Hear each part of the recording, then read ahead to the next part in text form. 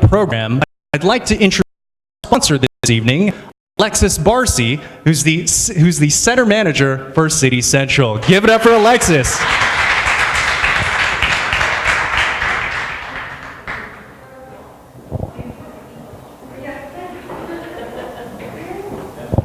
Take it away, Alexis. Hi guys, good evening. Thank you guys so much for coming tonight. We really appreciate it. We're so happy to be hosting this event with Julian. We have this location and 2 others, so we would love if you guys are looking for co-working space to actually try us out for a week free if you've attended tonight. And hopefully you guys are looking for something long-term, but if it's just, a one time that you're needing it, so a meeting room, training rooms, we have all that. We'd love to help. Thank you. Awesome. Give it a Alexis. Thank you.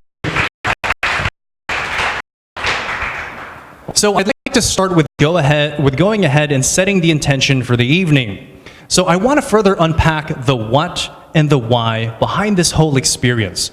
And I'd like to introduce, yes, one of the panelists from our fireside chat, but also the visionary behind this whole event. So please welcome Adam Posner. Julian, thank you so much. And thank you everyone for attending. And thank you, Mark, Alexis, City Central for hosting us. Incredible venue. Happy to be here in Dallas. So just to talk a little bit about how this event came to life. And a little bit of background on myself first. So I'm a born and raised New Yorker, something I take a lot of pride in. And I spent 15 years working in advertising and marketing before pivoting into the world of recruiting. Recruiting for me is a calling. It really harnesses all my strengths, everything that I do and everything I believe in. Ultimately, a lot of us get drawn into recruiting. Intrinsically, we love to help people, and our profession allows us to do that. So one of the things that I preach in my practice is taking your online offline, connecting those dots, really establishing and growing those relationships. And that's how this little event that we have here came together. Real quick backstory. So Julian and I have a mutual friend, my buddy Brian in Brooklyn. And he said, hey, let me connect you to Julian about a year ago. Julian and I had a couple of conversations online. He invited me to his podcast, thank you, where I shared my story. And they say the rest is history, which takes us to this point. I think it was about 3 months ago.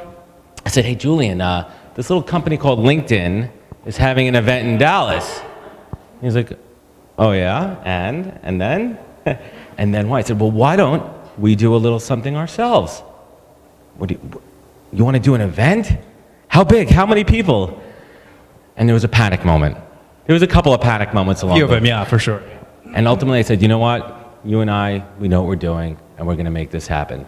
And over the course of a couple of months, working with the great folks here at City Central, it came together. And here we are today.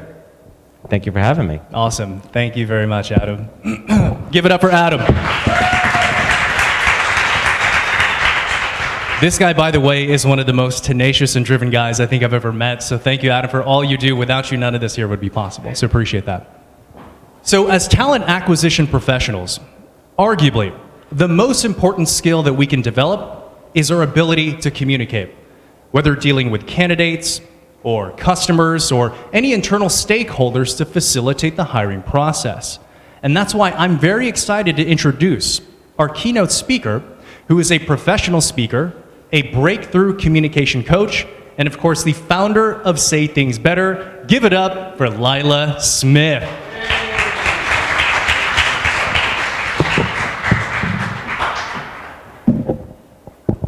Thank you. Hi. Those of you in the LinkedIn Live audience who are joining us, Michael Evans, Lacey Abaki, I am not Kyle Burt. Thank you for coming back. Thank you to so many of you who I already know, and those of you who I've just met, Tom, Phyllis, Bill, the party favor, Sheila, Shirley, Adi, Lisa, Julian, Adam, Kyle, Molly, Lisa, Victoria, Craig, Julian. I'm just name dropping at this point. Kathy, Marquita, and Courtney, Adi. So, and the rest of you have yet to introduce yourselves to me, so what are you waiting for?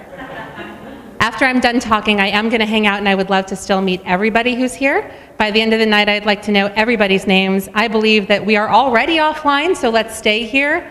It is my intention always to connect. It is also my intention to affirm and to empower. And I'll be doing those things with my keynote tonight, and we'll get there. I think we're starting with the panel first. We're starting with me. This is it right now? Oh, okay, so I'm a sucker for an awkward intro. So on the way here, I took Uber, which is what I do because I'm from New York and I don't have a driver's license in Texas, which eventually I'll get around to having. But I took Uber on the way here and I asked my driver, have you ever heard of MailChimp? Because I'm going to be speaking tonight in a group of people, including the Director of Talent Acquisition for MailChimp, Courtney McAtee. And he's like, well, I don't know who that is, but I do use MailChimp, and I can tell you that it feels very empowering to the group that I use it for.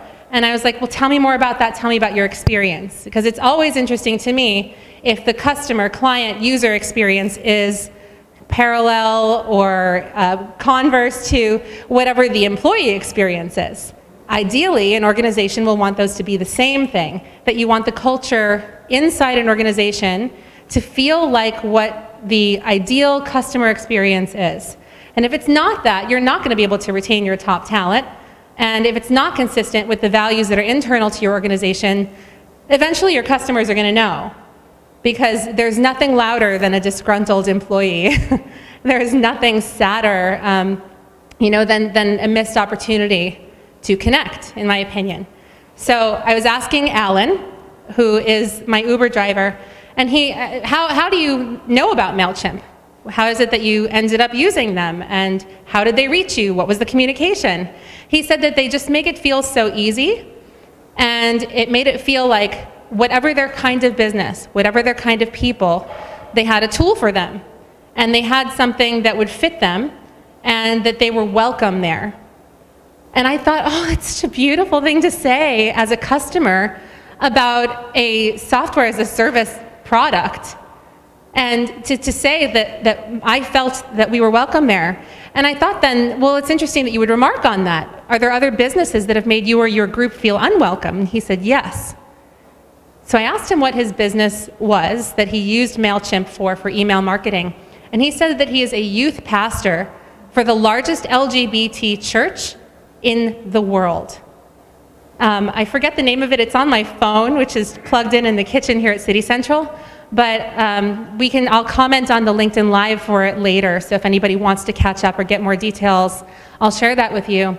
And he said that they were born out of the HIV/AIDS epidemic, where people were being excluded from the church or from a place of faith where they felt that they have never really been welcome, and then extremely unwelcome when they were deemed a health risk when there was not a lot of education about how you transmit that disease or virus. So at that time, they birthed this church where people could feel something that they weren't feeling anywhere else. Their communication was so intentional from the beginning because they wanted to protect the people who otherwise were at risk.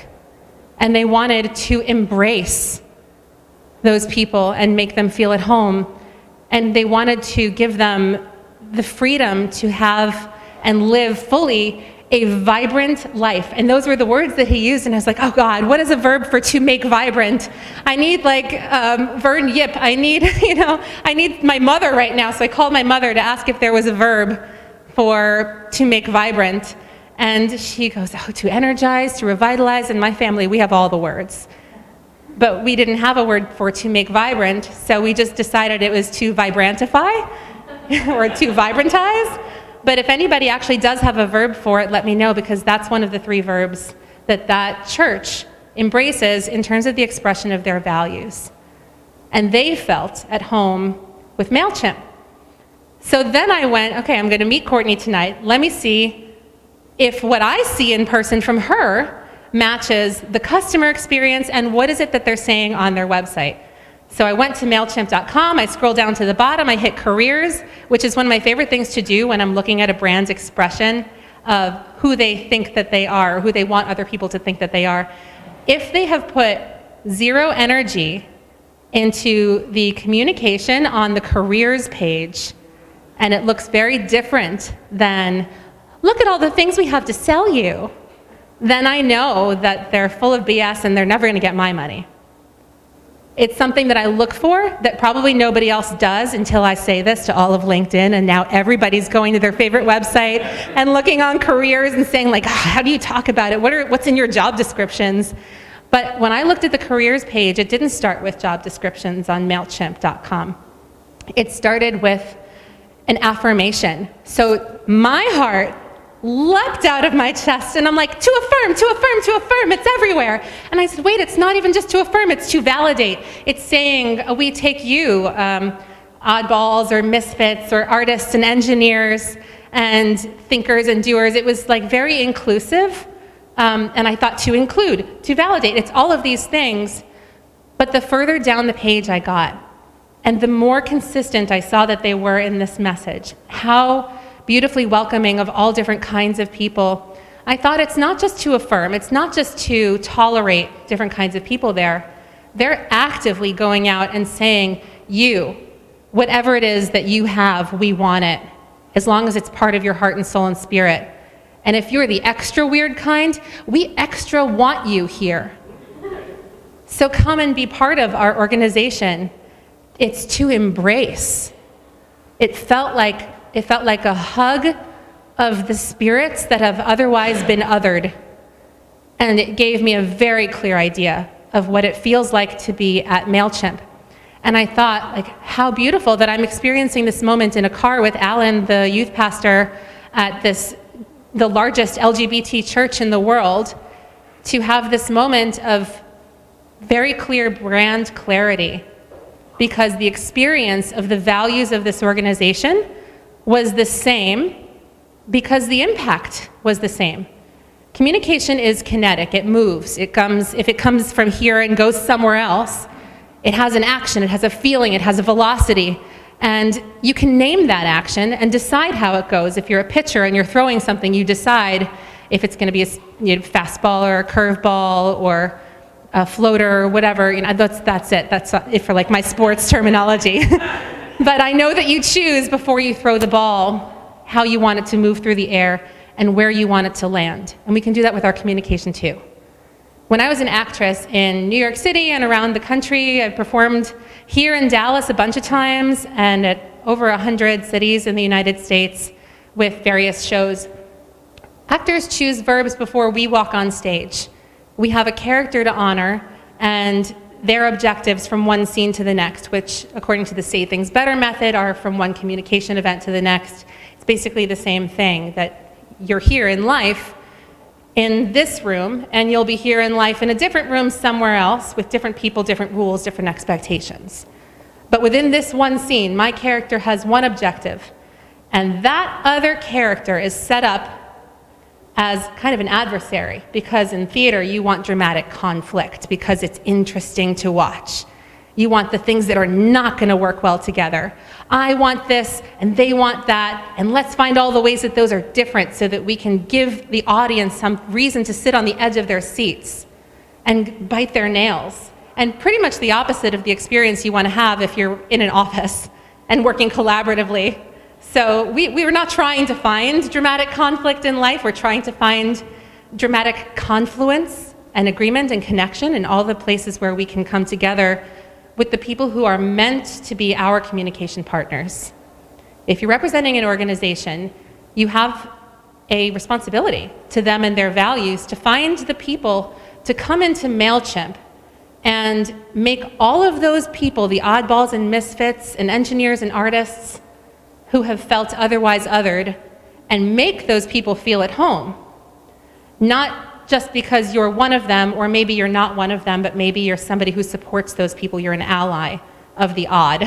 I consider myself both odd and an ally of other odd people. So I would fit in well at MailChimp, and I know that because I can say to a recruiter at MailChimp, here's my experience of your communication on your website. Here's my experience of your communication as a customer. And I've been a MailChimp customer too. Say Things Better runs our emails from MailChimp. And this is not a paid ad for MailChimp. But I am open for sponsorship opportunities.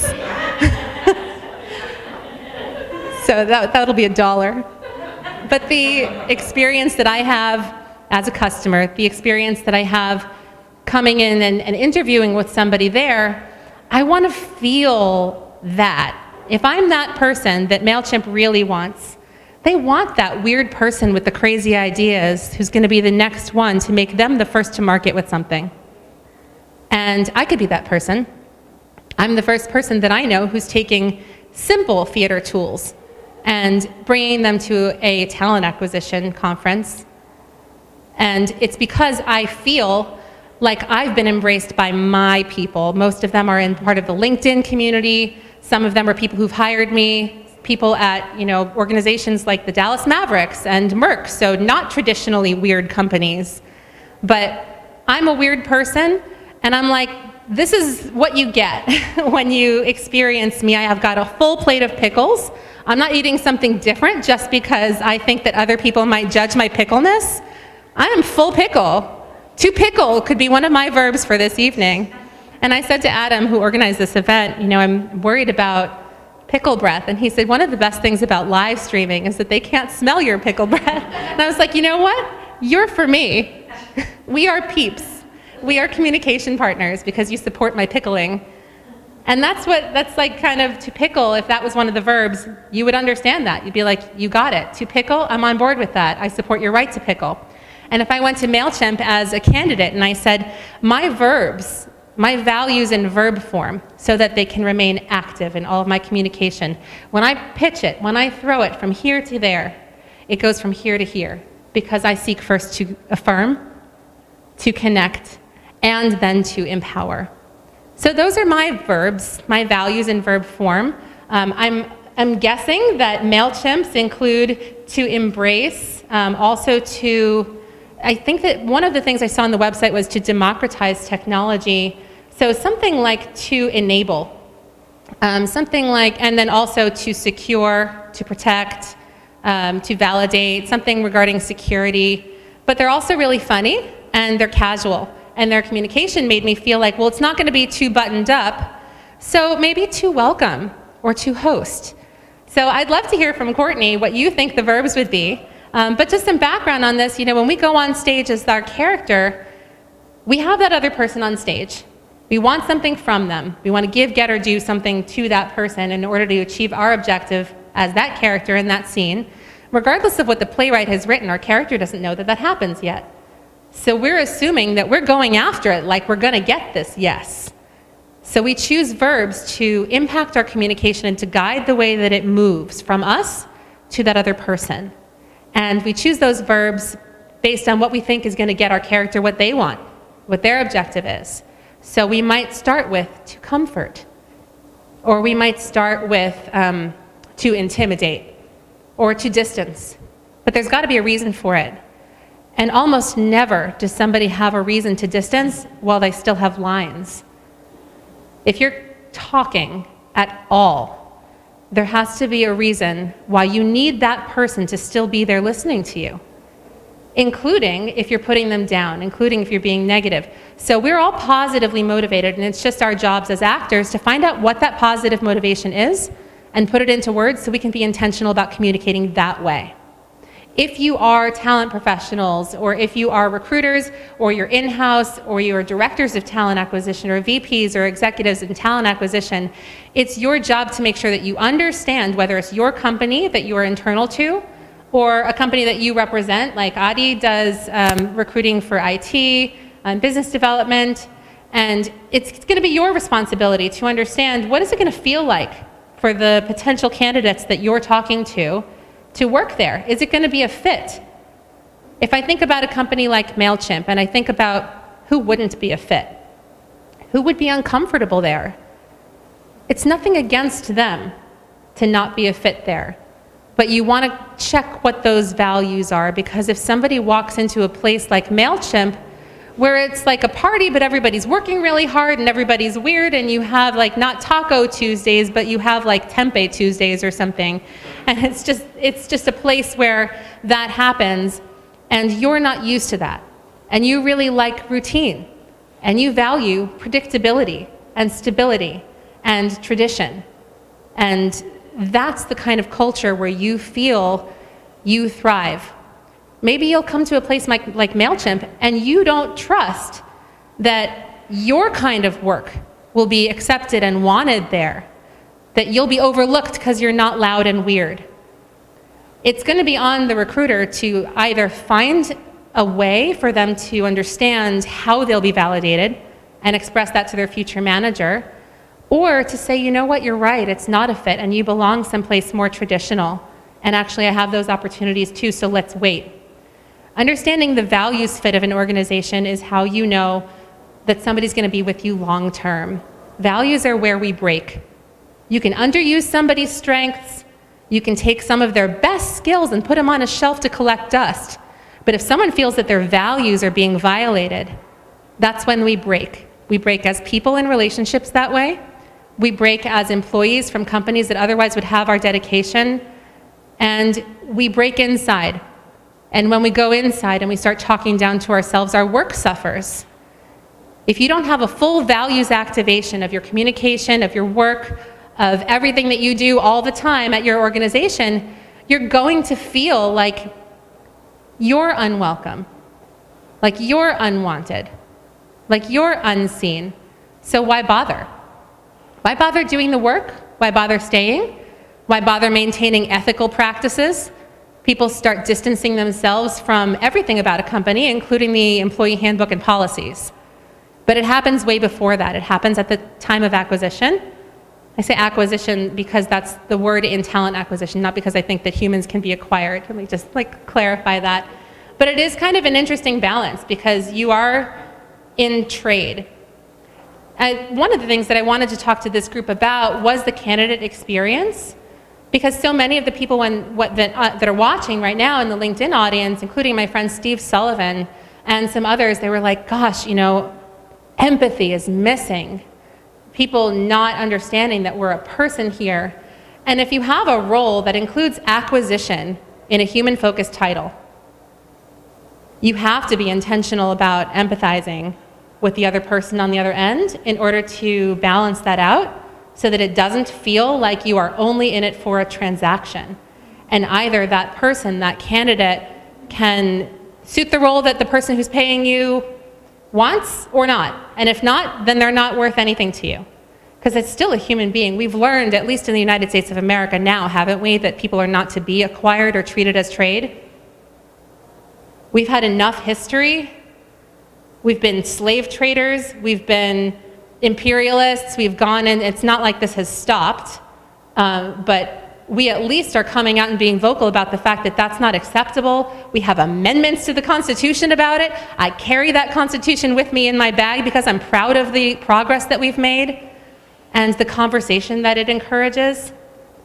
So that kind of conversation is something that I think we should continue to have everywhere, because these kinds of little micro incidents where people have exposure to a brand, you have an opportunity, a positive opportunity, to treat them like a customer because you know what your values are as an organization. If your values are to embrace, then you embrace that person whether they're going to fit there or not, so that when they leave, they're still, you know what, I wasn't a great fit to work there, but that person is, and they made me feel held. So of course I'm going to promote them. If your values are, let's say you're Gatorade, maybe your values are to fuel, to quench, to champion. Imagine a client hiring you to bring in someone with the champion within. And you talk to people and try and find out what is the kind of champion within them that they have. What flavor, fuel is the fit here? What do they have to bring to the table? And then you find out that it's not exactly the kind of fuel you're looking for this role. Do you no longer champion that person? Do you no longer fuel that person? Do you no longer quench that person with your communication? Like a response to an email might quench their thirst for just knowing where we are here, what's the status. And I know that it's hard because you have tons of these kinds of inquiries all day. Julie, we've talked about this, that these things that come across your desk they need to be filled, by the time they actually come to you, they need to be filled 3 months ago, right? And then it's where are you? I need this person. So I understand the urgency is there. But on the other end of this transaction, is a person, not a parcel.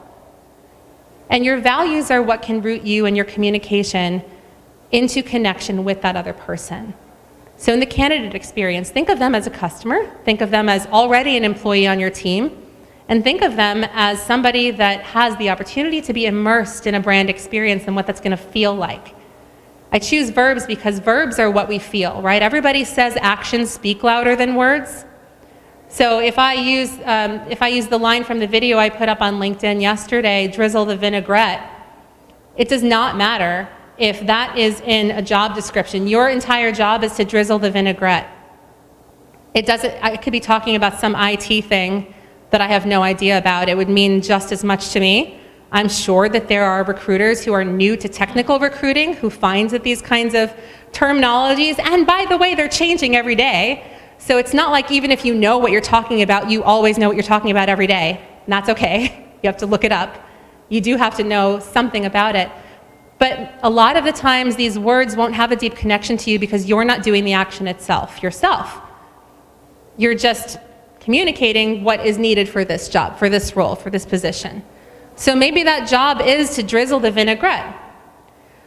But you have somebody in front of you that you're trying to find a fit for that's going to feel like round peg, round hole. Star-shaped peg, we'll make a star-shaped hole if we're at MailChimp. You know, we'll build a star-shaped chair for you. We'll build a starship for you. And you have to give that person that feeling, to starship. Drizzle the vinaigrette, you know, or like stand on one leg and say it. Drizzle the vinaigrette, you know, you can sing it. Whatever it is that you do that activates those values for you in your communication. It's an opportunity and it's also a responsibility because you sit at a nexus of communication that nobody else does. You sit between the company and their brand values, the company and the people who actually work there, and the company and their future customers, clients, and users. And you're the person in between who has to treat all of them the same. Verb your values is a way that you can do that. So if you really just think about asking somebody, what do you stand for? Give it to me in 3 verbs. Lila Smith from Say Things Better has told me that I must ask you this. You can blame it on me. You can name drop and say that girl Lila with the boots and the pickles told me that I should ask you, what do you stand for? And what's important to you that an organization stand for? Give it to me in verb form so that I can see if those feelings are a match. You know that if one of the verbs for MailChimp is to embrace and one of mine is to affirm, it's a close enough fit. If I'm all like, well, to instruct, to equip, to interview, it might feel less warm than those other values.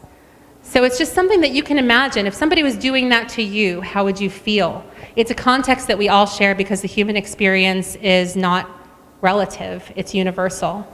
In every language, in every culture, at every company, you know what it feels like to distance. You know what it feels like to educate. You know what it feels like to control. You know what it feels like to focus.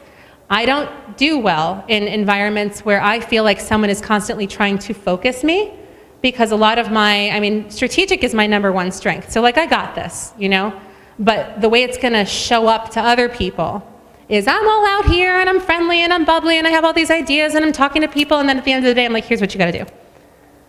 So if you're outcomes driven, like that's fine. But if I feel all day like somebody is trying to focus me with their communication, I'm like, yo, please just give me a minute to go and talk to people and walk around the room and laugh and connect, and I will get you the best team and the best army, people to support you and your brand forever. I will get you diehards. I will rally the entire world around your cause because it's also mine. But you have to make sure that that fit is there. So that's all I really had to say about Verb Your Values and this process, but we have time for just a couple of questions. There may be some from the LinkedIn Live audience, but otherwise I would love to hear from you. I'd love to hear from you, Courtney, what you think the MailChimp values are in verb form. I mean, you stole all of mine. Well, come up. This is Courtney McAtee from MailChimp. Yeah. And I'm just so gracious to hear that that was your experience. Very serendipitous. And Alan's. Alan, the Uber driver, also. I'll need his information. Yeah, I'll get it. I think we can sum it up in 2 verbs for MailChimp. It is to democratize. We are in business to democratize tools for the small business owner, for your mother-in-law who makes jewelry out of her garage, or the youth pastor who wants to get communication out to his community, or the very successful $1 million small business who's doing great things. So we want to make all those tools available for everyone, but our, I think, second biggest verb is to empower. We are not going to, do it for you. We want to give you the tools and then empower the user, empower our employees to do their best work, empower the users to do their best work. So those would be our 2 for sure. I love it. And now having Organization, and we purposely asked for all of that sort of diversity in the people we interviewed. And so we want to know where are the great things that maybe we're not talking about out in the universe, and what are the pitfalls that we need to acknowledge and probably even address on places like Glassdoor. And so the talent attraction strategy is really about transparency, and it's really about accentuating the positive and definitely acknowledging the negative. Craig? Adam, something that I found really interesting about your background is your background's not really even in talent. You first came from the marketing world. Correct. And a fun fact about Adam, he actually worked for Gary Vee as part of VaynerMedia. Who here knows Gary Vee? Right? So Adam, something you talk about often is the importance of credibility and authenticity. Tell us, why is this important, and how do you incorporate this into your talent attraction strategy? Absolutely. The recruitment industry is flooded. There are no barriers to entry to be a recruiter. To be a real estate agent, you have to pass a test. To be a stockbroker, you have to pass a test. To help somebody make one of their biggest life decisions, just need a LinkedIn password and an account, and you're good to go. So it's truly important to establish yourself as somebody who knows what the heck they're doing, and understanding the process, and understanding we're talking about the laws. For example, in New York State, you're not allowed to ask somebody's salary. So you have to be able to play that game as well. You have to be able to understand the role. That addresses his question back there. That's one of those things that people shouldn't be asking for. Right. There's different ways to talk about salary. We could talk about that, offline for sure. People in Texas, by the way, can still ask. And you could carry a gun in most places in Texas, as I saw this afternoon. So back to credibility and authenticity, let's bring that back around. You want to be looked to, as I said, going back to be a thought leader, to know what you're talking about in your industry, to understand the ins and outs, and also from the hiring manager perspective, whether it's internal or external, so they trust you, that they know that you understand the process, that you're going to ask the candidates the right question, and find out not just those hard skills, but what we were talking about earlier today with Lila. Are they going to incorporate themselves as a thread in the fabric of your organization and be a valuable team member and someone who feels valued in the organization? So being a recruiter, there's a lot more to it than just, matching, square peg, square hole. It's not just that at all. Love it. Thank you, Adam. Next question is for Courtney. Courtney, one of the secrets you've mentioned to attracting talent is showcasing your culture and values. Tell us about the culture at MailChimp, and how do you go about showcasing it? If I could just bring Lila back up, she did an amazing job. Not a paid ad, I promise, but give me your address again when we're done. No.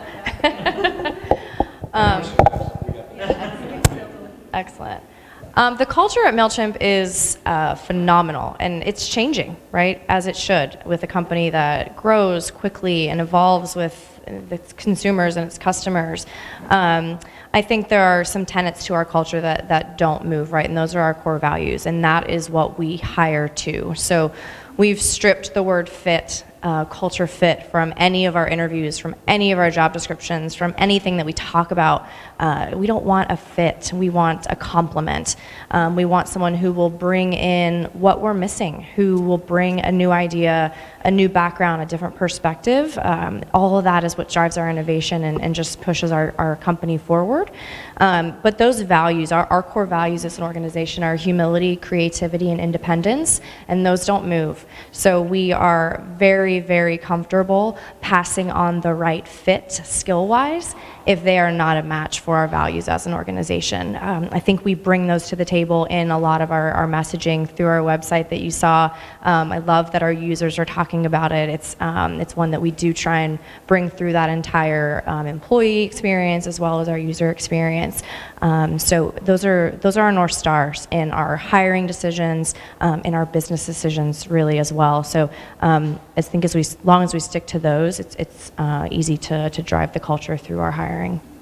And when you say showcasing your culture, like what are the mediums that you use? Is it Facebook, Instagram? Like what does that look like from a content perspective? Yeah, we use Instagram a lot. So we'll have a series called A Day in the Life where we'll give our Instagram handle to one of our employees and they'll introduce themselves in the morning and we'll follow them around all day, which is awesome. It really allows for engagement. You truly get a day in the life of what it's like to be maybe a designer. Yeah, total Instagram takeover. We'll do fun, quirky videos on Instagram if you follow us. Our ads are quirky and fun, which is just who we are as a brand and who we are as employees. We are misfits. Our CEO, Ben, will talk about that a lot. It's called out on our website, so we welcome all the misfits, artists, and engineers. So it's very much a place of we want you to bring your whole self to work, and that is celebrated and showcased in our marketing materials, in our swag, in our event strategy, in our commercials, in our original content that we're engaging with now. So. Awesome. Thank you, Courtney. Question for Craig. Craig, you are the founder of TalentNet, and you have been We've around. established that. What's that? we have. And I say that because you have been around and brought together the best thought leaders in our industry. So having had that perspective, if there was one piece of advice that you could give us to up our talent attraction game, what would that one piece of advice be? All right, so a couple of things. First, don't sit in bar stools when you're on a panel. Everyone tends to slump, right? And so later you'll see that, and that's just me personally, but I think that happens a lot. Secondly, swag is important. I've been at, hundreds of conferences over the last 15 years, and I've never seen MailChimp at one of them, and I don't have any MailChimp swag. So this is a personal request right here in front of everyone. Take everyone's address. Right? Just a little bit of swag, okay? But no, the talent attraction strategy is to find the heroes in your organization, right? There are heroes everywhere. There are people who have a great voice that are already doing amazing things. None of us are just one thing, right? I'm a recruiting professional, but I'm also a talent acquisition leader. I'm also a marketing strategist. I'm also a business owner. I'm also an avid boater and runner and like lots of things, right? And everyone in your organizations are like that. So find those heroes, find those great stories, and tell them on a regular basis. I love the Instagram takeover and follow somebody around for a day. I want to follow them home, actually, on Instagram and see how their life is after work. I'm not kidding. This is how I feel about it. But the swag is cool. I was a TA leader at a software company, Fortune 500 software company called CA Technologies, had a big office here in Dallas for a couple of years. And we literally sent swag bags to people to celebrate every little thing, new baby, new pet, move to a new place, all kinds of things. And it had just branded swag for their new house or their new dog or whatever, and a little postcard that said, hey, if you're going to celebrate this online, tag us at Life at CA on Instagram, Twitter, and LinkedIn and Facebook, and because we'd love to celebrate with you. And we sent these all over the world. They're cheap, right? No big deal, but they're cool. They're branded swag, and people did it all over the world. And it was the least expensive branding I've ever done, and the most effective branding I've ever done, because you're just giving people a little credit for being a person and not just a number, and I like that. Love it. Thank you, Craig. So before we jump into our next topic, which is talent retention, is there anything else you guys want to add to the attraction piece? Let me say one quick thing, if I may. So part of what we experienced through our swag, because people go crazy for our swag, because it's awesome, I will say that, is we wanted that to not be the only reason that people were coming to talk to us. So as we got more comfortable with ourselves and with our opportunities and with the right people that we needed and knew that would be happy with us, we started to think about that a little bit differently. So one example of how I think we used our culture and showed up more authentically was at a really large conference. If any of y'all are in the tech world, Grace Hopper, if you're familiar with Grace Hopper. Happening next week? It is in Orlando. 20,000 women show up to Grace Hopper. It's a women in technology conference. Most of the women in attendance are either still in school, or freshly graduated, kind of dipping their toe in the tech before.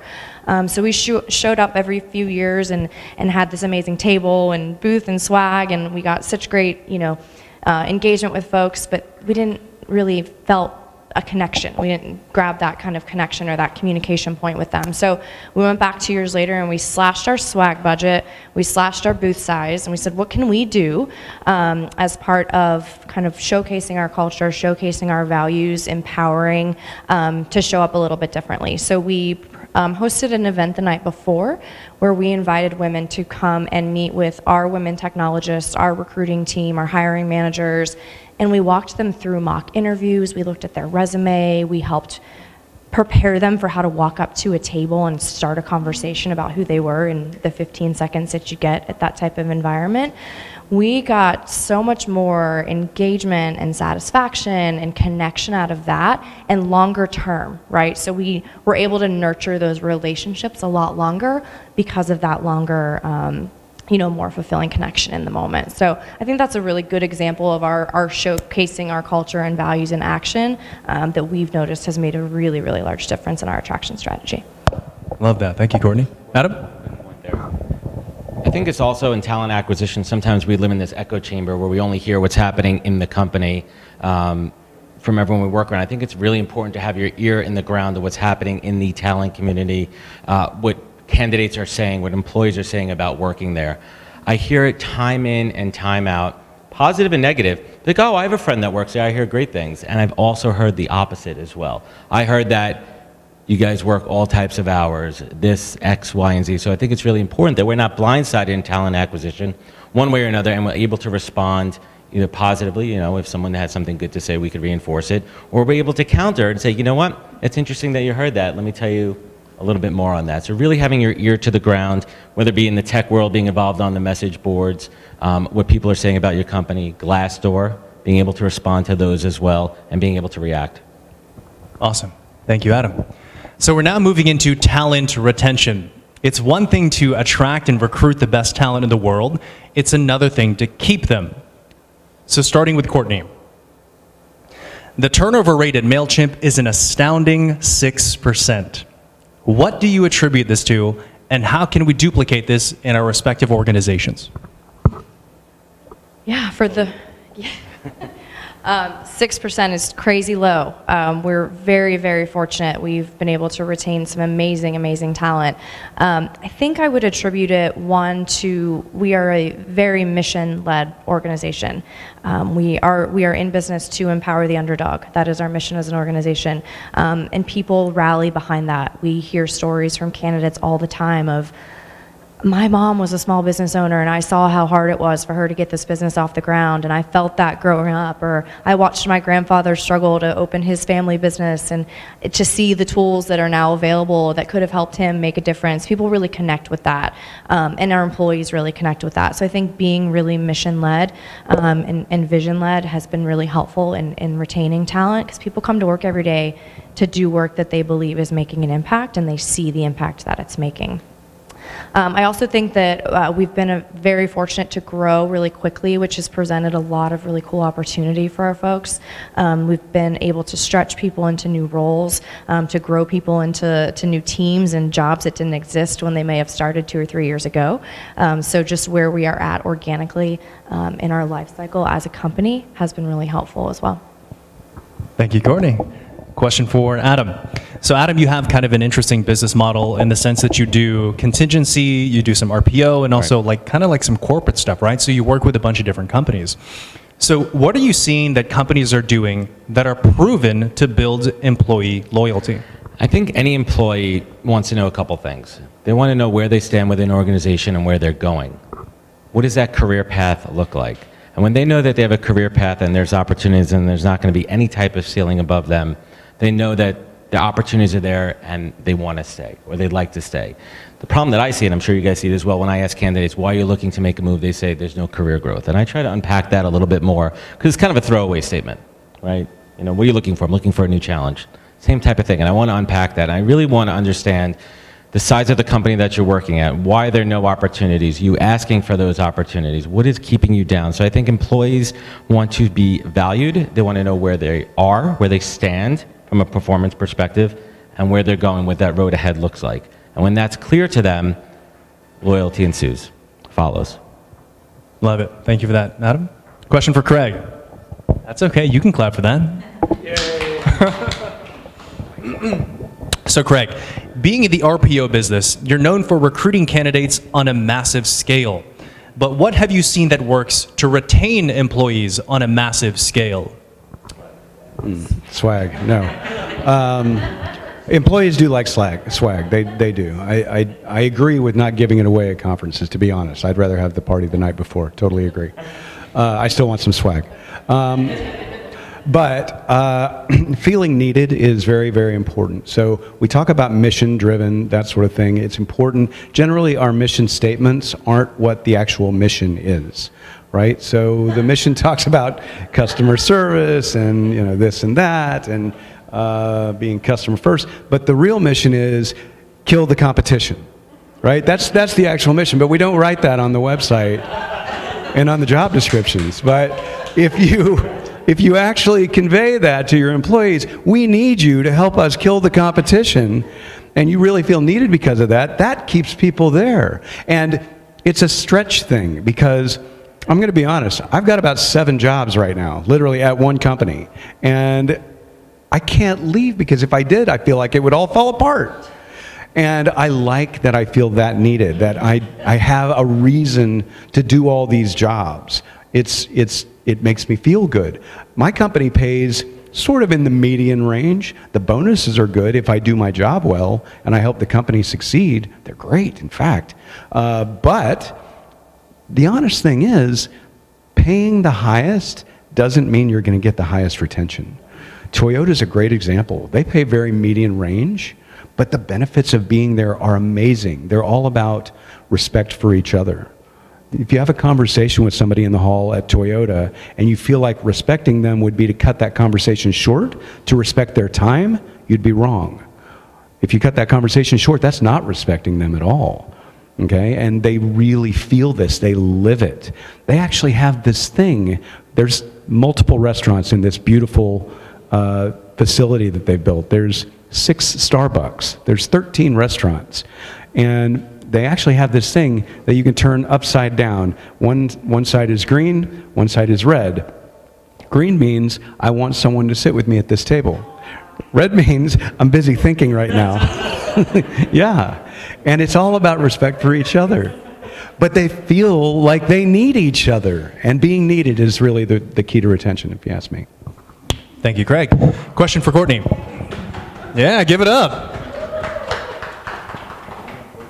Courtney, when you and I connected last week, you shared with me an idea that's not really often discussed, which is this idea of healthy attrition, which implies it's actually okay for a percentage of your employee force to leave. Tell us a little bit more about that. Yeah, I think I really caught you off guard with that, didn't I? Yeah, you did. And it's like I thought I heard everything before, but yeah. Yeah, I think there's a real tangible effect to healthy attrition. So think about it from your perspective as an employee. If you start going to work and you're not feeling impact, you're not feeling valued, you're not seeing results, you're not feeling challenged, you're not going to show up and do your best work. So when I flip that from an employer's perspective, we want employees to come in, and as we think about that employee experience from the attraction to development and really growing employees through their lifetime at MailChimp, we want them in that stage to do their very best work, have the best experiences of their career, and do that at MailChimp. There may come a time where there's a transition there, and that's not a mutually beneficial relationship anymore. So I think it's so important for employers and employees to recognize that and find that moment of an inflection, right, where it might not be the right role. How do we help you move over? How do we help you move up? How do we help you move back and into something different from a growth and development perspective? Or how do we support you as you move on and become a happy alumni of MailChimp? So I think there's as much value to how we treat you and attract you into MailChimp as to how we support you when it's time for you to go on and do great work somewhere else. So yeah, our attrition is increasing. Again, I think it's organic based on where we're at in our life cycle. We're getting bigger, our roles are changing, we're finding people who really thrive in that startup culture, and MailChimp's a little bit bigger now, and maybe they're not finding that impact there, or vice versa. But I think it's a really, really large responsibility of the employer to understand that and to be supportive of that employee journey, whether it is kind of recommitting into the organization or helping to support as they move on. Thank you, Courtney. Question for Craig. Craig, for companies that are experiencing an unhealthy amount of attrition, what's the first thing they should do to begin turning things around? Well, you got a survey. So let me just say MailChimp's a great tool to...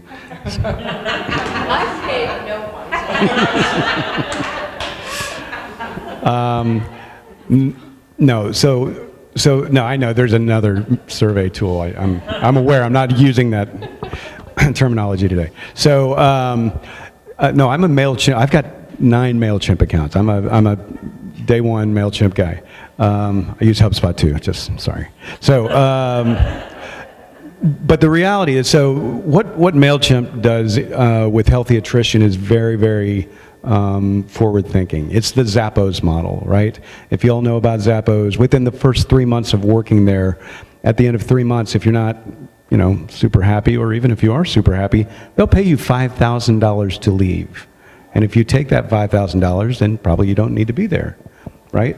And so you need to start thinking about what your incentives are, how your referrals are coming in.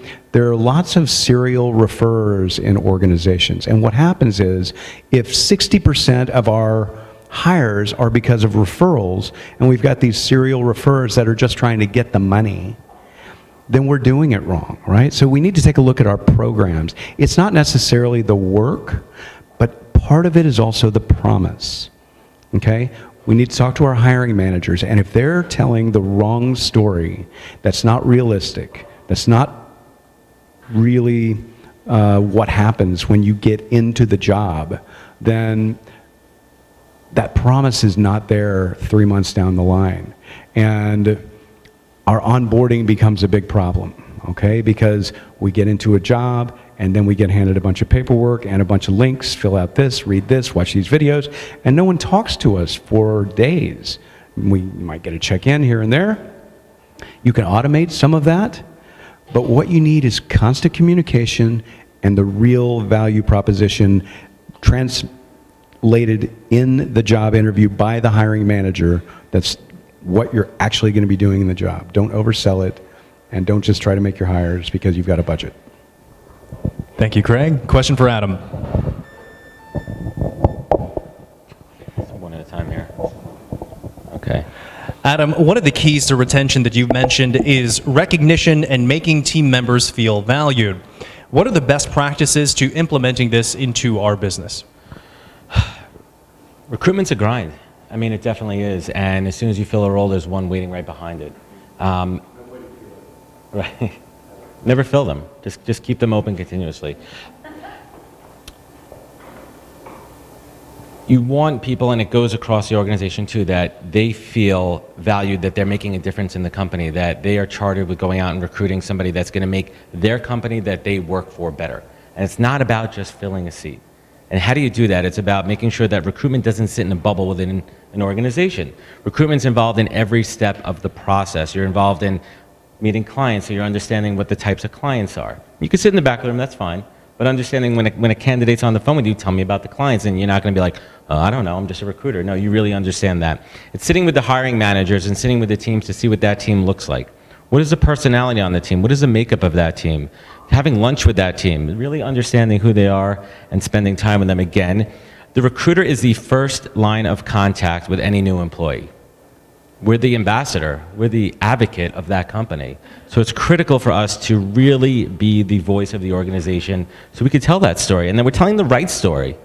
We're not just trying to blow smoke up people's, and we're not just trying to fill a role. We want to have the right person within the organization. Awesome. Thank you, Adam. So before we close with our final topic, anything else that you want to share about talent retention?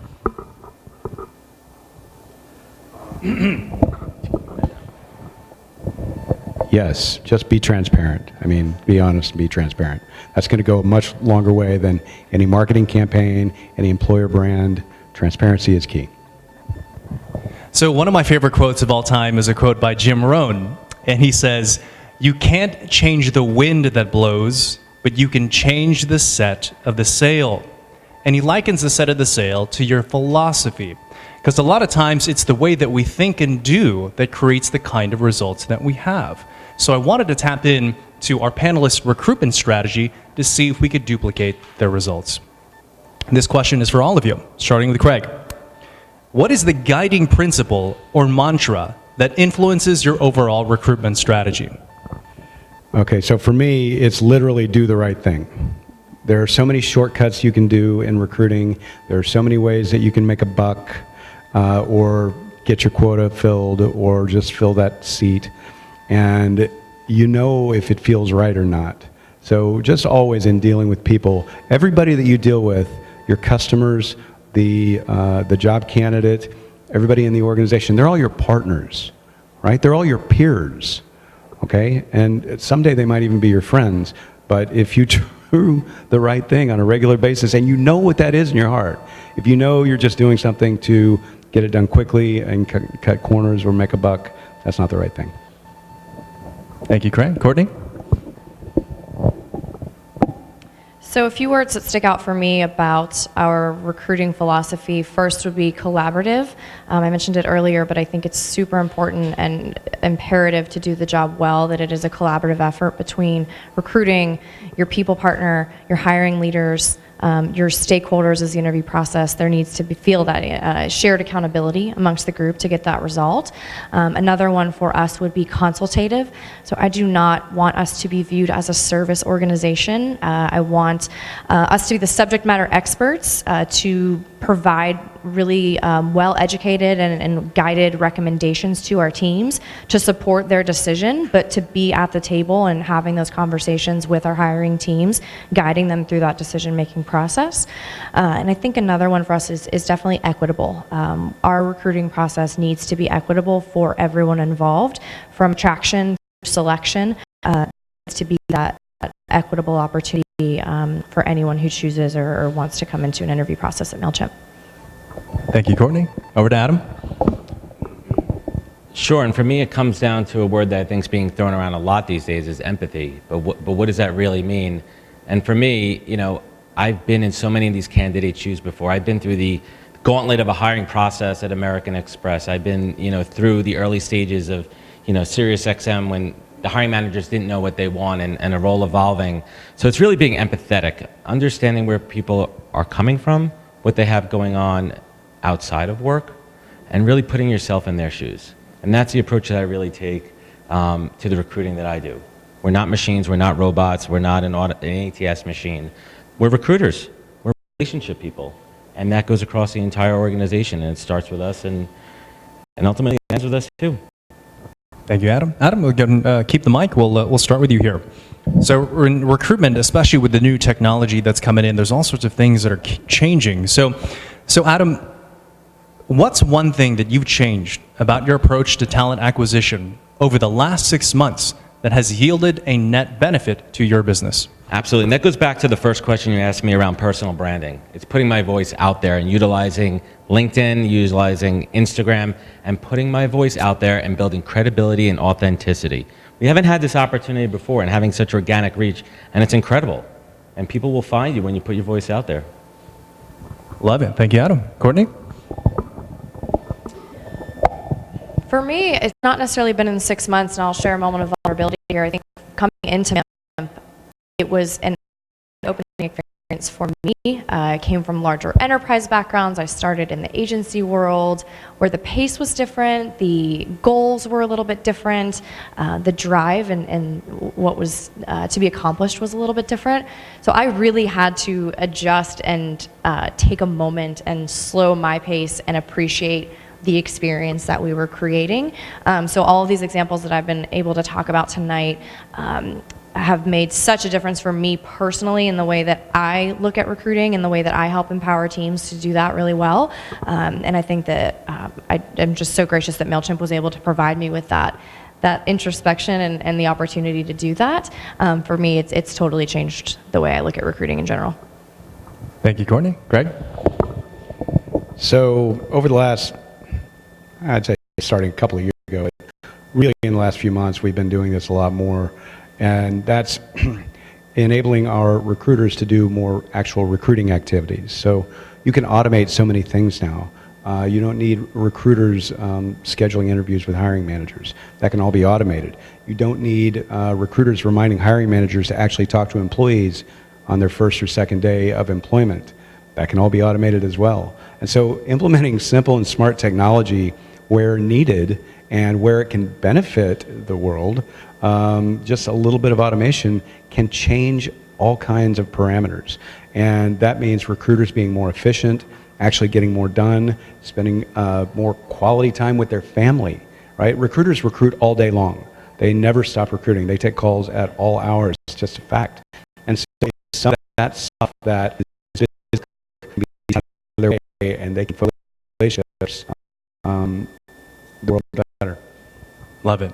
Thank you, Craig. So who here, we had lots of talent acquisition folks in here. Who here has ever been ghosted by a candidate or had a candidate rejection? Raise your hand. Not a great feeling, right? So starting with Craig.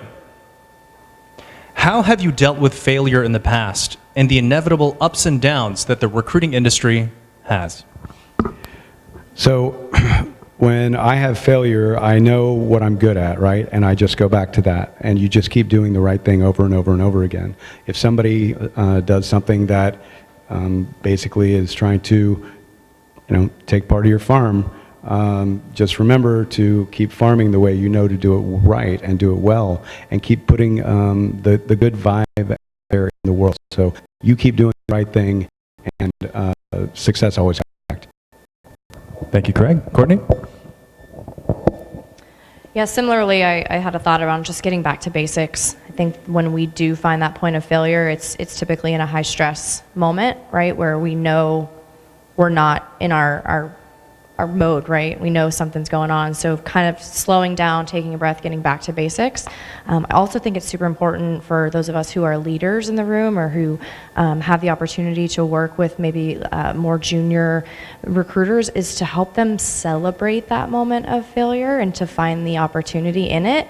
Not to, just point out that it was wrong, but to point out, hey, what did you learn? What are we going to do differently next time? That drives innovation, that drives improvement, and I think it's important to help celebrate those moments too.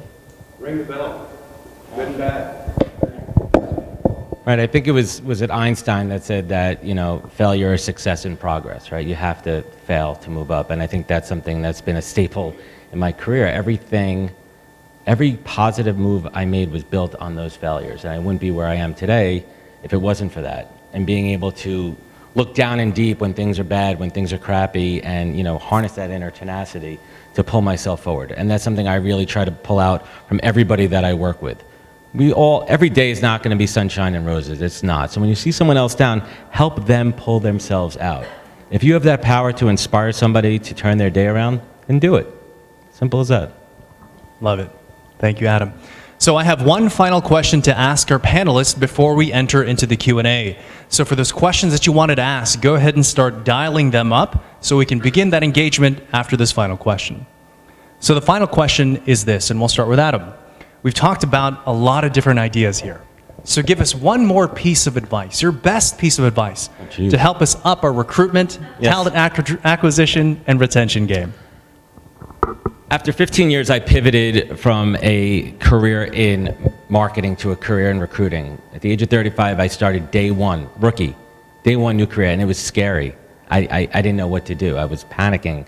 I was nervous, and I was lucky enough to have an amazing mentor, a gentleman by the name of Tom Hull. And he said to me in my first day of recruiting, plan your work and work your plan. And that's a mantra I repeat every single day when I start working. Plan your work and work your plan. Let that sink in, and hopefully you could take some action on that. Thank you, Adam. Courtney?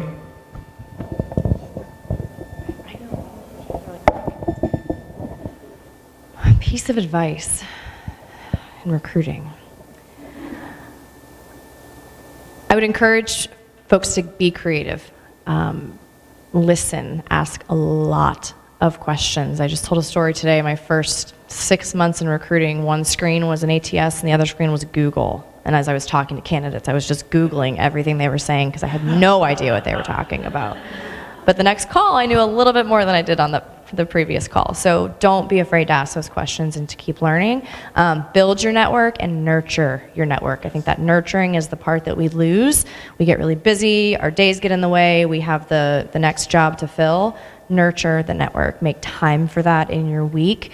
I have a leader who does that very well, and he's taught me well to build in time for those coffee meetings, those lunches, those after work meetings, whatever it can be. Really continue to nurture that. Thank you, Courtney. Craig? Yep. So I'm going to kind of follow on that and just say consistency is key, right? Consistently be you. The stuff that you put out in the world when you're looking for a job and you decide that I now need to talk to people and network with people and post stuff online so that people notice me, keep doing that when you get your job, right?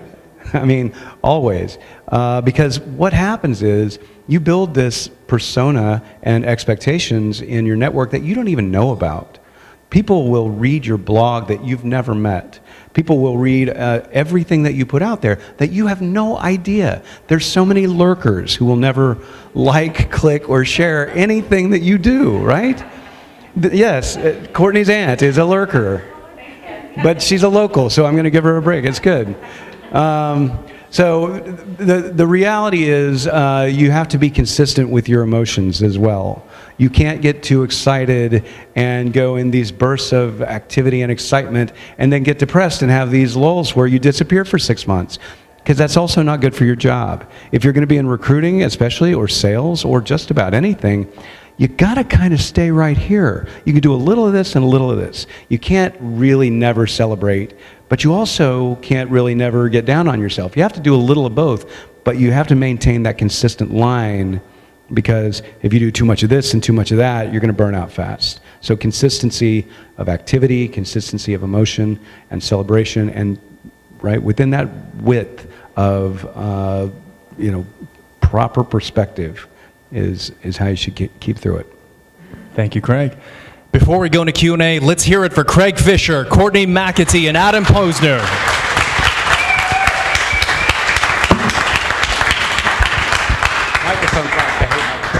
All right, so this is the best part of the evening, because ultimately this is not about us, it's about you and how we can invest into you with our thought leadership. So who's got the first question? Kyle Burt, our LinkedIn man. Uh-oh, is it a technical thing? Nope. So I wanted to give the LinkedIn Live some love here. So Michelle Shapiro has a question for you guys. She said she's really nervous when she goes into interviews. So what kind of tips would you give her to kind of ease her nerves? All right, so I'll start. The person you're interviewing with is your peer. If you've ever done a job, they have also done a job. They are your peer. Okay, so they're learning from you just like you're learning from them. Have something to teach them. That's awesome. Wow, give it up for that. Who's got the next one?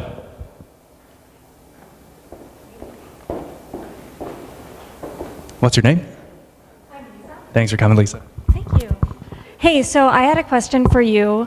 You talked about or I know, I forgot what your name was, but you talked about how you are hiring people to kind of help you smoke your competition, and also, that you like to highlight heroes at your job. So one of the things I was wondering was, how are you communicating, and what are you doing to make those values inclusive and welcoming to women in tech? Yes, Right? great question. I love that. So you can boil this down actually to a job description. There's a tool called Textio that will literally tell you that there are certain words that turn women off in a job description, and they won't apply. So competitive words are very not good for getting women to apply. So if you want to kill your competition, you have to say it in a way that is female friendly. And this tool, Textio, I'm just going to tell you this once. Textio, I hope you're not listening. You can get a free trial for a little while and turn it on and then turn it back off. It's a great tool, and I highly recommend you purchase the subscription if you're going to use it at any length. Yeah, absolutely. No, I'm not getting paid for this. I'm friends with them. It's good. But yeah, a lot of it is about your language, and language is very important. And if you've got a diverse culture, and if you're trying to hire a diverse workforce, you have to look at the language of the people that you're striving to hire. A couple things, because we deal with this a lot at MailChimp, right? We're in a very flashy industry, right, where a lot of this gets highlighted in the news. So as part of who we are is very inclusive. I think we do that organically pretty well, but it's something that we continually need to work on and get better at. One very tactical thing that we've done from our job descriptions, in addition to Textio, which also is an awesome tool, we've stripped years of experience from our job requirements. Studies show that if women do not match all of their requirements, that they will not apply for the job. Men, if they match 50%, will apply. I don't know. Finding an influx of resumes coming in, but you don't have those. We've taken years of experience as a requirement out of our job descriptions. No, not necessarily. He was asking about how our recruiters screen then, based on adding additional workload, which is a fair point. We can happy to chat. I've seen companies taking college out of the requirements. Yeah, we don't. Yeah, Kinds of reasons. Yeah. absolutely. We don't have that as well. We have a question from the live stream. This is from the incredible Fanny Dunnigan. And she is asking, can you give examples of how to demonstrate employer culture and values to candidates? Thank you, Fanny. So one thing I talk about with culture, because I get this question all the time as a recruiter, and I use this example for when it's true. A lot of times I'll be working a role that I'm talking to that candidate about, and literally a day later or a week later, I'll get an email saying they filled it internally. That means someone within the organization was ready to be promoted, or they raised their hand and they said they wanted that role. And for me, that is how I show culture and growth within an organization. The proof is in the pudding. Thank you very much. Next question is from Tomas Kwiatkowski. If you're not following this guy on LinkedIn, you should be after today. Give it up for Tomas. Thanks so much for being here, guys. It's an honor to be here and listen, obviously, to everything that you had to say tonight. My question is pertaining to the purpose. Julian talks about a lot of about his mission, his purpose for stewardship, and about discovering his skills, development of those skills, and then deploying those skills for the benefit of other people.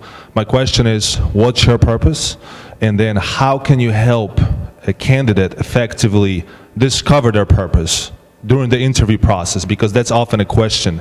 What drives you? What's your purpose? How can you help them answer that question effectively? Thank you. Thanks, man. Great question. Oh.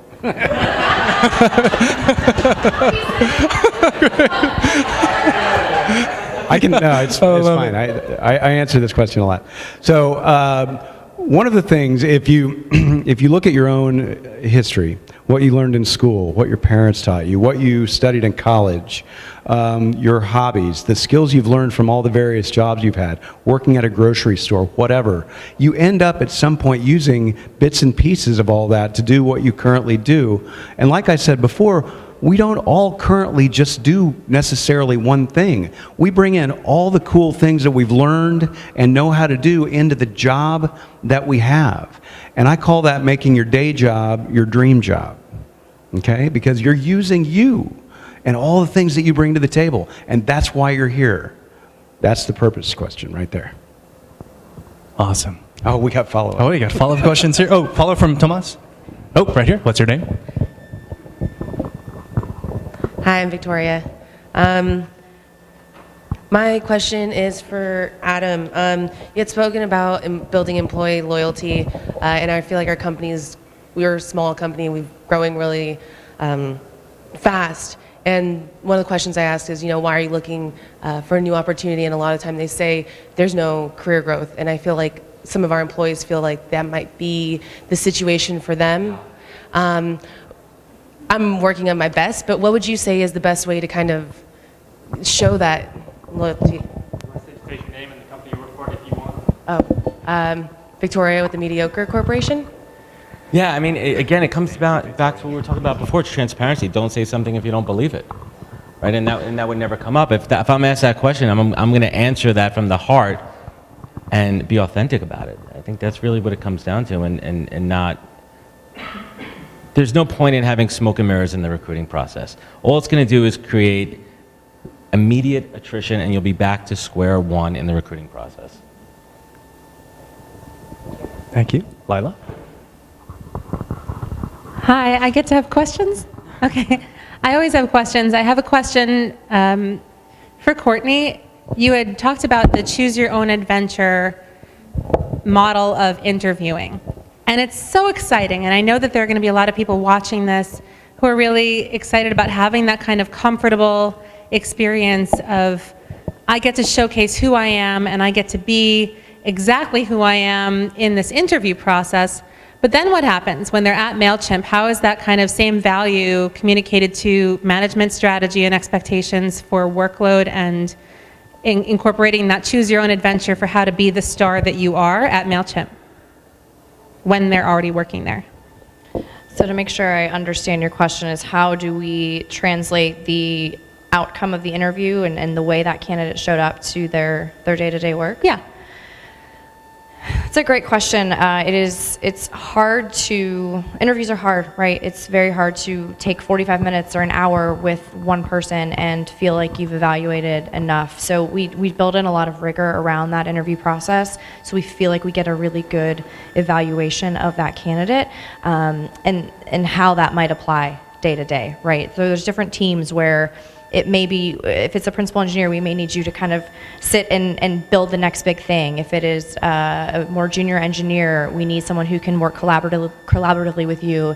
If you're applying for a senior engineer, we need to see that mentorship kind of come out. So as I was talking earlier, with those different choose your own adventures, there's softer skills I think that we can help pull out as well that will help us determine kind of on the job, how do those translate into the day-to-day. You encourage those requests from people to say, for example, how do you want to show up at work today? How will you best collaborate? How do you best bring yourself to the table? Is that ongoing at MailChimp? Yeah, absolutely. Most of our interviews have a values portion, so where we talk as much as our technical skills and about the job and the requirements of the role. We spend a lot of time talking about values and those softer skills and how those folks show up every day, and whether or not that would be a great complement to the team at MailChimp.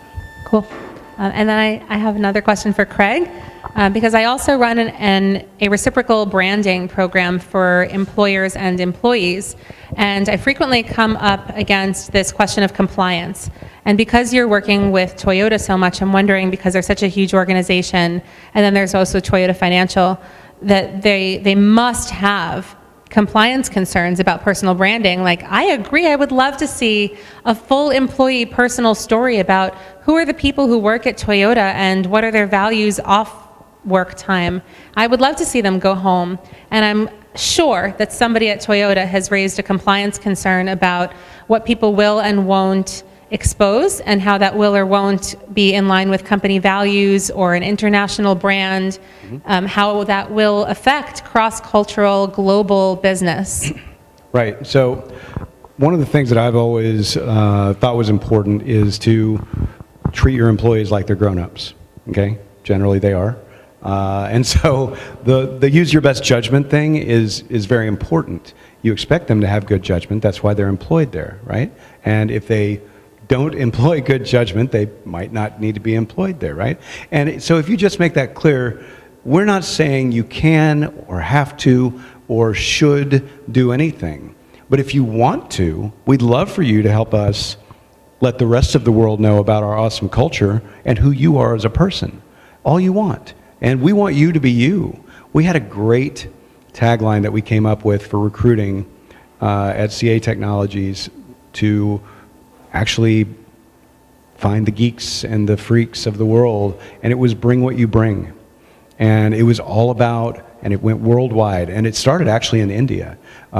We had real estate there that you couldn't see our sign because Microsoft was in the way. And so we did bus stops, and we did billboards, and we just had this great Bring What You Bring campaign all over the place, and it's a universal message. But just common sense and enabling people and empowering them, not requiring them to do anything to expose the awesome culture of the company and themselves. So we have a question for the live stream. We have a lot of job seekers here as well that are asking for some advice. So this question is from Tapas Das, and he's asking, what's the last thing a candidate can do before leaving the interview room that might be a great way to leave a strong impression?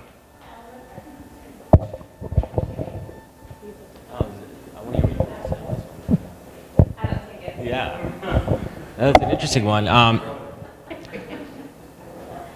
I like when candidates ask, is there anything about my experience that I didn't discuss that's relevant to this role? Is there questions? You have to ask questions. You have to ask lots of questions. That shows you're inquisitive, and that is a #1 skill that we look for in a lot of the jobs. That you're always trying to find out the why. That you're a natural problem solver. That you want to get to the root of an issue or a question of a problem and be that problem solver. Absolutely. Thank you, Tapas, for your question. Oh, Courtney, did you have something to add? I was just going to say questions, educated, right, and relevant questions. Do your research, know what the company's doing, know what's going on in the industry that the company is in, any topical matters that may be relevant. But when I ask a candidate if they have any questions and they don't, I'm super disappointed. That might be my #1 turnoff on Yeah. phone screen. Yeah. I've got a couple of good questions that you can ask. So if we're on the questions topic, always ask the interviewer, why do people like to work for you? Okay? That's a question they almost never get. And then ask them, when I'm in this role, what will be the #1 thing I can do to make you successful? You got to place yourself in the role there. And one last question to ask on an interview, when you're interviewing, why do you love working here? Hear it from them. What do you love most about working here? And you can look at their face and see a genuine smile right away. You know they really do. If they have to think about it a little bit, So we have time for a couple more questions, but we will be happy to hang out afterwards if we don't get your question here. So we'll go and take as many as we can before we have to wrap up. Thank you. Yeah, Keela with Asterisk. My question is, any thoughts on using hackathons as a recruiting tool?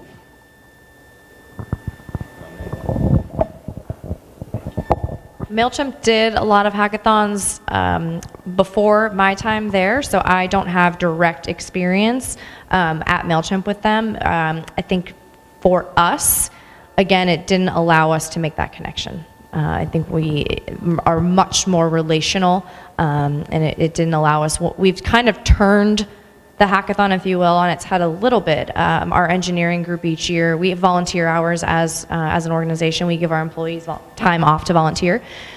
they've used their time off to bring folks into the office. We've brought in small business owners and have helped them with different areas of their business. We brought in small business owners and the engineering teams helped them build their website. So we took kind of the idea of that environment and creating and flipped on its head a little bit, again, just to make it more mutually beneficial. Thank you. Alina? Alina with Austin Fraser. So I have a question to Courtney because we have lots of clients who are not. What did I do? How do you actually, as a Mailchimp, it sounds like you guys are really amazing employer. How do you stay up to date? What other tech companies offering candidates so you can attract the best talents besides having just amazing, culture? Do you do any research around the market in Atlanta? How do you stay up to date? Yeah, 100%. We do a lot of research around our competitors in Atlanta as well as in other areas, right? With such a remote workforce these days, it's important to know what's happening not just in your hometown, but also in the world around you. So we do a lot of research on total rewards packages. We do a lot of research around retention strategies. We do a lot of research around attraction strategies. What are companies doing that's of interest? A lot of networking. A lot of it is like just picking up the phone, using LinkedIn and connecting with someone saying, hey, can I call you? And you've done this before. Can I pick your brain for 15 minutes that we're experiencing this? You probably did too. So a lot of it is just really, really organic networking. But yeah, I think it's really important. We do not pretend to have all the answers. Now, there are pieces that we research that we're not interested in trying to compete with. I think that's part of staying true to who we are. We are a very, I think, non-tech organization. So there's a lot of pieces of what is attractive to candidates that we choose not to play in.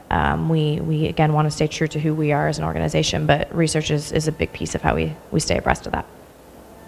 There is a website, hropensource.com, that has a ton of case studies that are volunteered by talent acquisition teams and HR teams worldwide, just for free to the public to do that kind of research.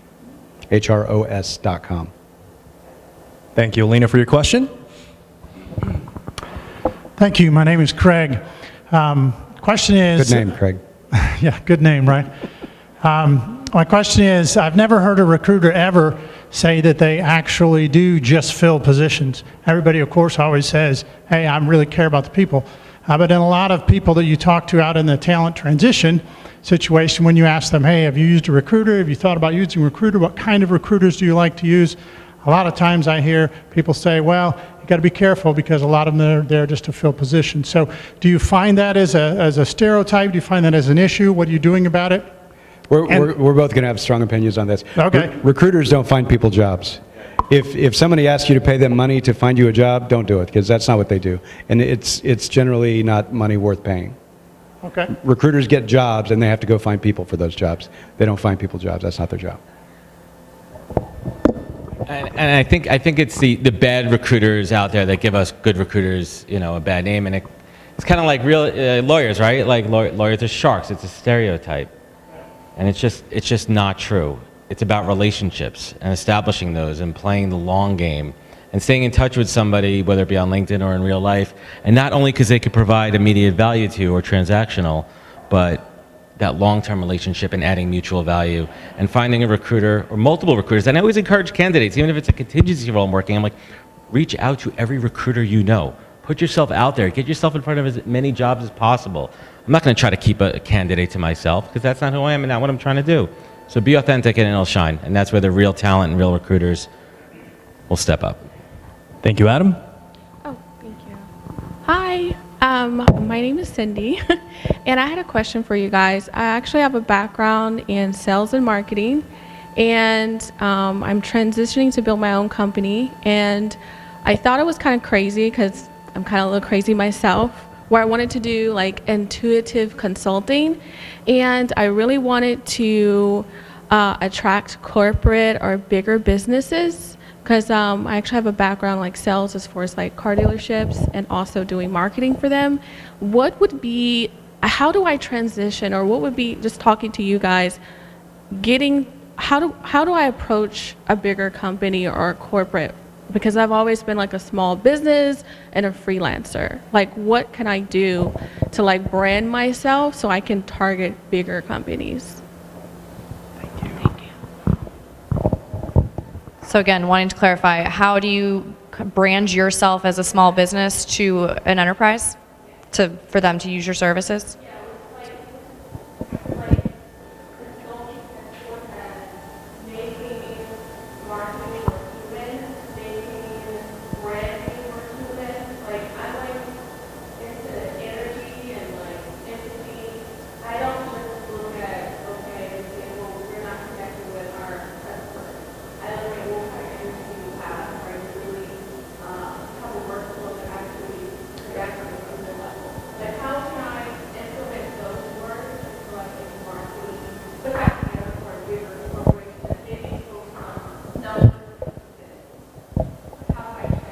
Yeah, Craig, you just said something really, I think, powerful and easy. I think, I don't mean to oversimplify it either, but I think kind of sales 101 is find the need.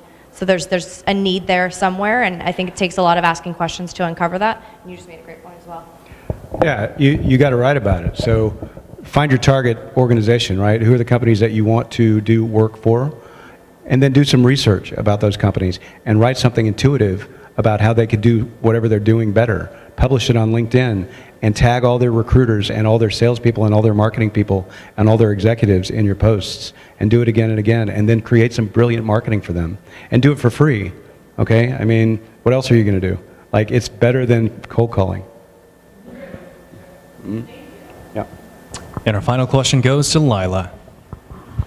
Yeah, I'll just say from experience as an independent professional, I have some people who work with me now, but I started with a hashtag on LinkedIn, hashtag Say Things Better, and I've now worked for Merck and the Dallas Mavericks, and I'll be working for MailChimp shortly. She's not wrong. She's not wrong. And Toyota and TalentNet.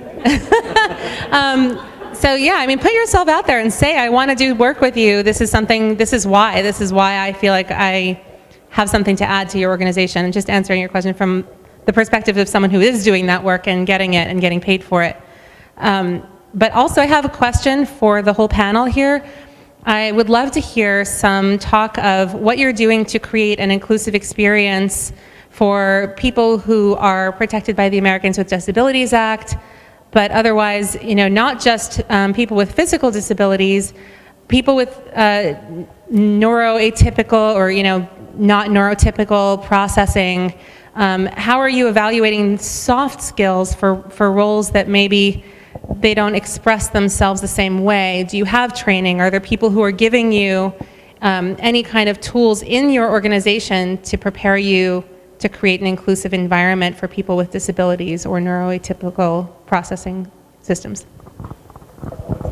This is such an important question. I'm really glad you brought it up. It's a hard question, right, to answer. We do not have anything formal in place. We are working on ways to bring some of that, because to your point, it's people need trained on how to do that well, and it's very important as we continue to drive towards a really strong culture of DE&I. Internally, we've supported our employees starting an employee resource group for all of our employees with neurodisabilities. So they have budget and programming, and we want to do everything we can as an organization to support that. From a candidate perspective, if it is brought up, right, because it's protected, so if it is brought up in an interview process, we make sure to accommodate in the best ways that we can, whether it's through captioning, through Zoom calls versus face-to-face interviews, whether it's through, whatever the case may be. It's tough though, because it's not always known. So I think there is a lot of opportunity for education about it, and being very transparent. That's something that we need to work to get better on. Ladies and gentlemen, I'd like to thank our panel.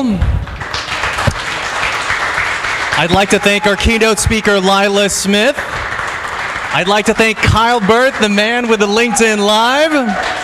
I'd like to thank Adam Losha back there, who hooked it up with all the live stream and production. I'd like to thank everyone on the live stream. everyone who was part of this at City Central, and of course, everyone here in attendance. Thank you all very much.